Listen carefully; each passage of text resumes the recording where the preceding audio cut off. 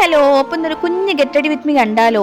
സമയമായിട്ടോ, നമുക്ക് വേഗം തന്നെ ചെയ്യണം. ആദ്യം ഞാൻ പൗഡർ എടുത്തിട്ട് നന്നായിട്ട് ഇട്ടു. അതിന് മുമ്പ് സ്കിൻ കെയർ ഒക്കെ കഴിഞ്ഞിട്ടാണ് കേട്ടോ ഇരിക്കുന്നത്. പിന്നെ ഞാൻ ഒരു ഐലൈനർ വേഗം അങ്ങ് എഴുതി കൊടുത്തു.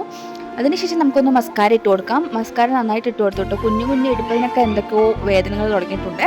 അതിനുശേഷം നമുക്കൊരു ലിപ്സ്റ്റിക് ഇട്ടിട്ട് നന്നായിട്ട് ഫില്ല് ചെയ്ത് കൊടുക്കാം. ലിപ്സ്റ്റിക് ഇട്ടാൽ തന്നെ നമ്മുടെ ഒരു ലുക്ക് കംപ്ലീറ്റ് ആയി.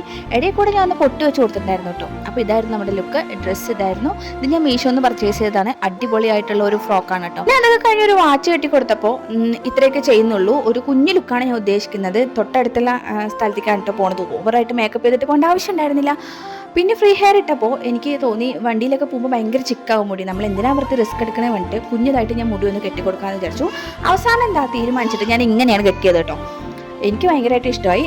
പിന്നെ ഈ ഫ്രോക്കൊക്കെ ആയതുകൊണ്ട് ലുക്ക് ഒരു സൂപ്പറായിട്ടുണ്ടായിരുന്നു. എനിക്കിഷ്ടപ്പെട്ടു. നിങ്ങൾക്ക് ഇഷ്ടപ്പെട്ടെങ്കിൽ ലൈക്ക് ചെയ്യണം. ഇതുവരെ ചാനൽ സബ്സ്ക്രൈബ് ചെയ്തിട്ടില്ലെങ്കിൽ ഒന്ന് ചെയ്ത് വെക്കൂ കേട്ടോ.